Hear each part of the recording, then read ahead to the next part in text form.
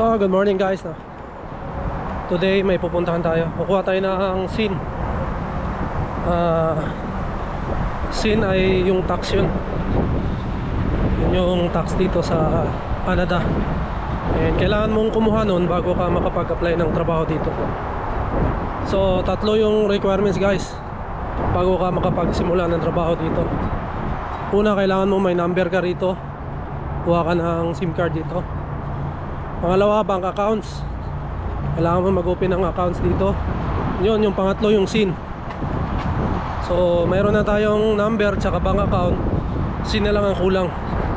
So, kuha tayo ngayon para ready na tayo pagka may tumawag sa atin para sa trabaho. And lalakarin ko lang guys kasi mayroon dito sa may Scarborough Town Center, lapit sa amin. Mga 1.5 kilometro siguro yan lakad. Nakikita nyo naman sa vlog ko yung naglalakad kami. Doon sa may mall na yon, yung may terminal na yon, meron doon sa may taas lang. So yun, tinanong na namin kahapon kung saan banda. May tumulong sa amin, tinuro, ayun, doon daw banda. So ngayon pupuntahan ko. Kukuha ko ng SIN ngayon. And hindi ko alam kung matagal ba o mabilis lang yung pagkuha. Ang sabi naman ni Sir Marvin sa Ma'am Crystal dati, matagal daw sila kasi maraming pila. Pero winter time yun sila kumuha. Medyo mahirap, challenging kasi sa labas yung pila pa, lamig. Ngayon summer, magandang panahon, kahit pumila sa labas ayos lang guys. So yun, pagkatapos siguro natin kumuha, ikot-ikot tayo ng konti sa mall, tingin-tingin, window shopping lang muna kung anong makikita natin doon ikot. Ayun lang guys, tatawid muna tayo dito. Ayun nga pala guys, yung anak ko na-register na namin sa school na malapit dito. So ang ano pala dito sa school, kung saan ka nakatira, kung saan yung pinakamalapit na school, dapat doon ka mag-enroll. So talagang inaano nila kung saan ka malapit. So doon ka talaga mag-enroll. Kasi pag nag-register ka doon, parang i-verify yung address mo kung saan. Tapos sasabihin nila kung aling school ka pwedeng enroll. Diban ko lang kung pwede ba kahit hindi doon. Hindi ko lang alam, pero yun yung nakalagay doon sa registration. So yun, na-register na namin yung anak ko. And kailangan pa siyang puntahan kasi pagpasa pa nung yung permit, yung student permit niya, vaccination pa yata meron, immunization, and siguro mayroon pang ibang kailangan. So next week siguro pupuntahan namin para maging okay na and ready for school na yung anak ko. Pero yung school guys, mag-start siya sa September 4 pa. So yun, mas maganda na yung mas maaga para at least wala na tayong alalahanin, okay na siya, maghihintay na lang ng pasukan. Dito na tayo sa IKEA guys. Dito ako dadaan papuntang mall kasi kung doon pa maglalakad pa ako malayo. Dito konektado din naman to siya sa mall. Pasok ka dito, ang labas nito yun yung mall nila. Tapos yun, akyat na lang ako para doon sa Service Canada. Doon yung kuhanan ng SIN guys, Service Canada kung tawagin. So yun nga, ang sabi Service Canada pag SIN, Service Ontario pag UHIP ang kukunin mo. O UHIP yun yung health card nila dito. Ang ganda dito guys sa mga bahay-bahay. Yun ang puwan Ano naman 79.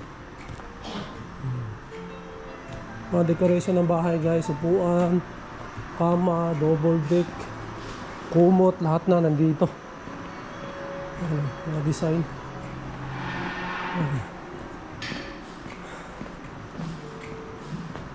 Cabinet. Napakarami dito guys. Pera lang wala. Para hindi naman sa atin Pilipinas, maraming Pwedeng bilhin, pera lang ang wala. Yan guys. Yan guys, ganda oh. Ganda ng setup.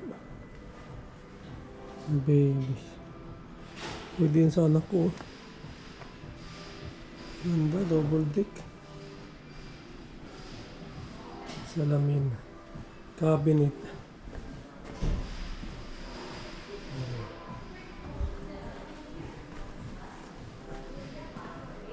Sharp oh. 34. Sharp. Ito kalaking sharp. Top toys. 34 guys, wala pang tax yan. Abot yan siguro mga 37. So guys, first time ko nakakita dito na may nanghingi. Nanghingi dito sa mall. Wala ako nakakita ang mga ano sa labas eh. Mga homeless. Pero dito nakita ko ngayon. May nanghihingi. Binata pa. So ayun. First time ko makakita dito guys.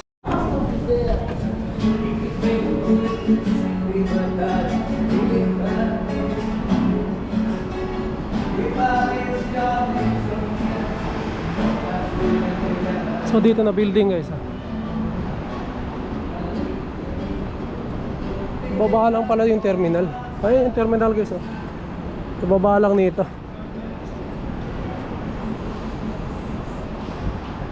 Dito. Dito na tayo. Sabi dito daw lalakarin na.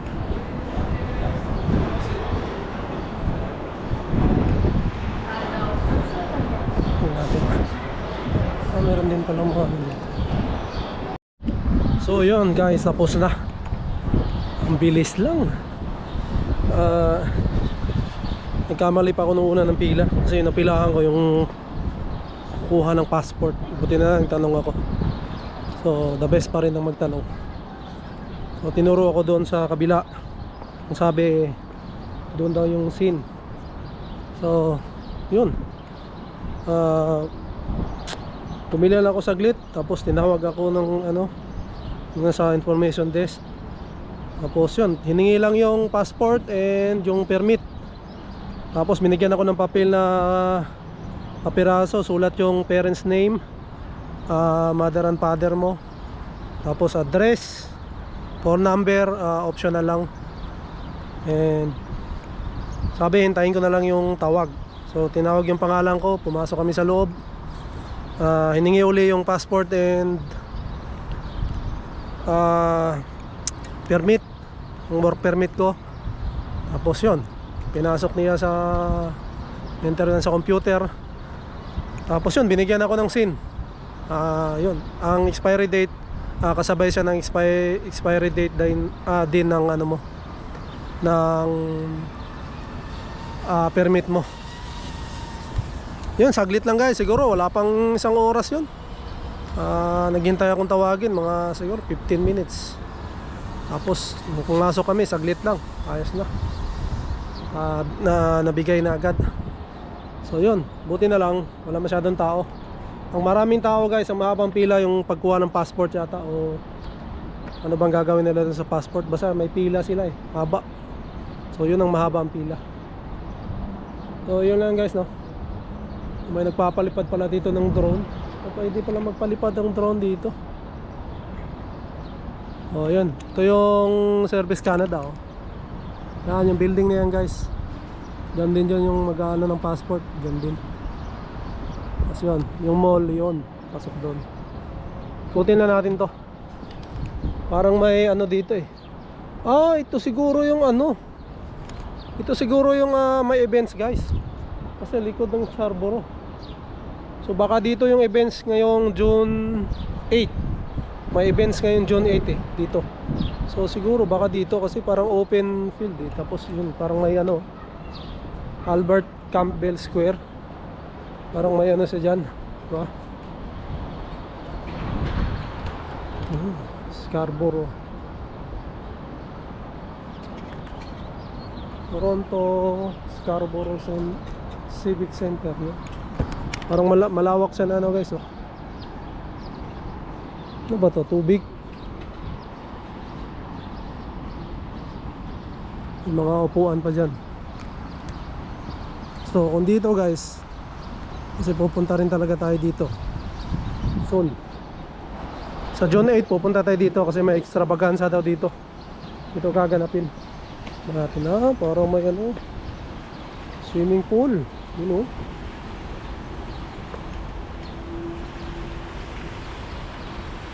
Ano, may naglilinis. Change room, snack bar. Pwede ka magtambay-tambay dito. Wala, tapos may mga puno-puno dito guys. Pwede ka umupo. Yan.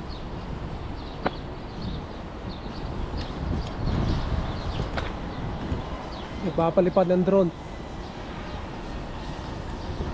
Malawak guys. Playground, oh. Tutuwa si Inday dito. Haba ng slide, oh.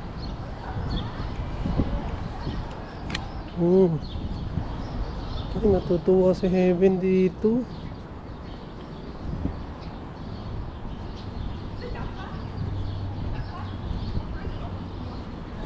May mga ano, marami.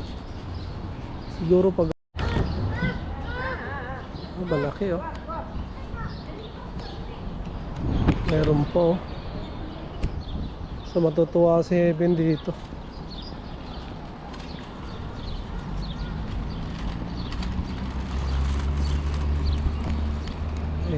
Parang may park pa guys. Maganda rin pala dito mamasyal.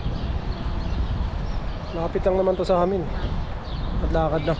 Duluhin na natin guys para malaman natin anong meron sa dulo. Dito pwede.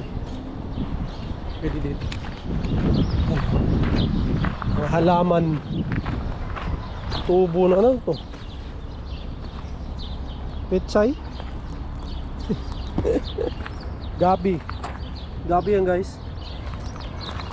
Ang dami, oh. Hindi ko alam yan, dahon-dahon eh. Para siyang gabi. Puno. Oh, parang yung gabi, oh.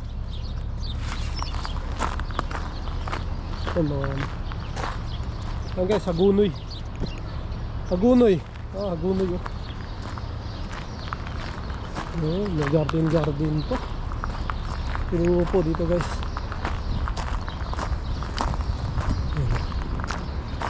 Mainit. Magpanin. Hindi magpainit. And mayroon siyang bato-bato dyan. Ako ano yan. So ikutin pa natin dito guys. Tignan natin to. Anong itsura yung likod.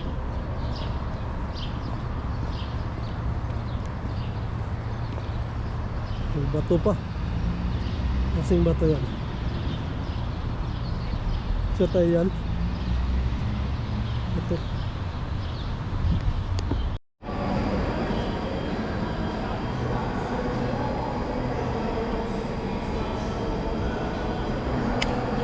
So bumili tayo ng Nizoral guys, no, kasi may ano tayo, dandruff. Shampoo to. Shampoo na ginamit namin, hindi maganda. So bili tayo nito. Nizoral shampoo. So, hindi ako nakadala ng shampoo sa Pilipinas. So ganun, pag hindi hiyang sa akin yung shampoo, nagkabalakubak ako. Kailangan mawala to guys kasi papasok tayo sa trabaho and nasa food industry tayo, so hindi pwedeng may balakubak yan. So, yun lang guys. Uwi na tayo. Uwi na guys. Ito, lumabas o Kia.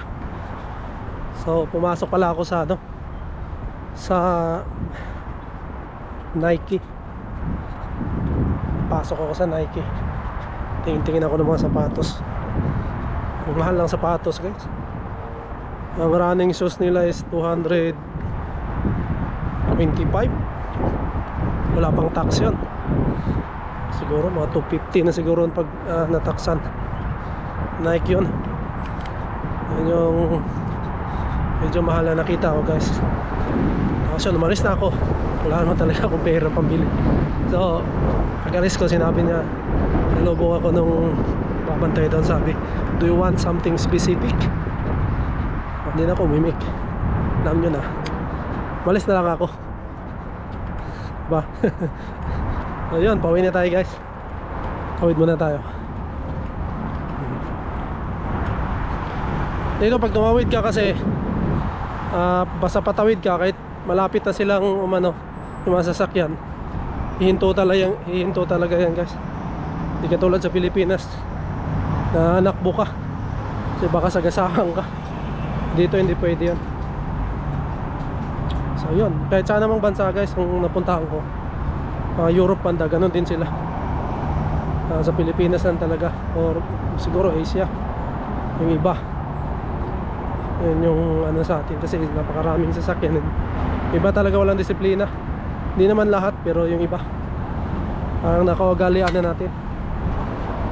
Yun, may darating tayong bisita mamaya, si yung tiyahin ko, Tita Yanti. So darating siya mamaya, ayusin natin, lilinisin natin yung bahay. Yun, ayusin natin yung higaan. And may mga gagawin pa tayo sa management office kasi doon sa sasakyan na gagamitin niya. Kailangan yatang registered kasi mag-stay siya dito ng 1 week, at least 1 week siya dito. So yun. And siguro guys, dito ko lang tatapusin yung vlog na ito. And yun, yung papagkuha ko ng scene ay napakadali lang, so hindi ako nahirapan. Sa mga nandito sa Scarborough Town Center banda, sa mga baguhan, makarating lang din tulad namin. Merong Service Canada dito sa taas. So, kung galing ka ng bus, baba mo, akyat ka bandang right, meron diyang Service Canada.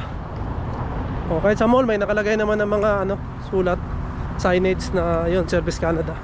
Mayroon dito, kumuha kayo. Alam ko siguro agahan nyo kasi ako pumunta ako mag-alas 10 din yun, pero walang pila o natsambahan ko lang. Kasi sabi naman nila Sir Marvin dati marami daw, mahaba daw yung pila abot sa labas. So ngayon yung experience ko naman, wala naman pila na mahaba. So yun lang guys, dito ko tatapusin ang vlog na ito, and see you on my next vlog. Bye!